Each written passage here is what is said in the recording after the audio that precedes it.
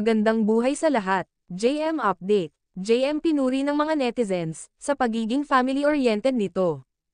Paglabas nga ni JM Ibarra sa bahay ni Kuya, imbes na makibanding sa kapwa nitong housemates, inuna nito makibanding sa kanyang pamilya.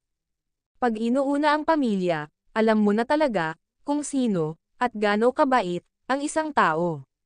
Parang siya na ang tumayong tatay sa kanilang pamilya.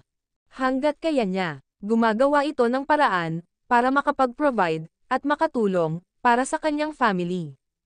Ito ang pagkakatulad nina JM at Fiang.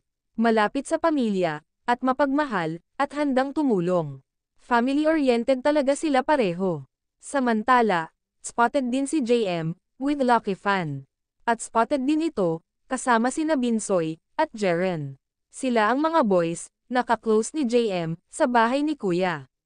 At ang only princess ng mga ito sa bahay ni Kuya ay si Fiang.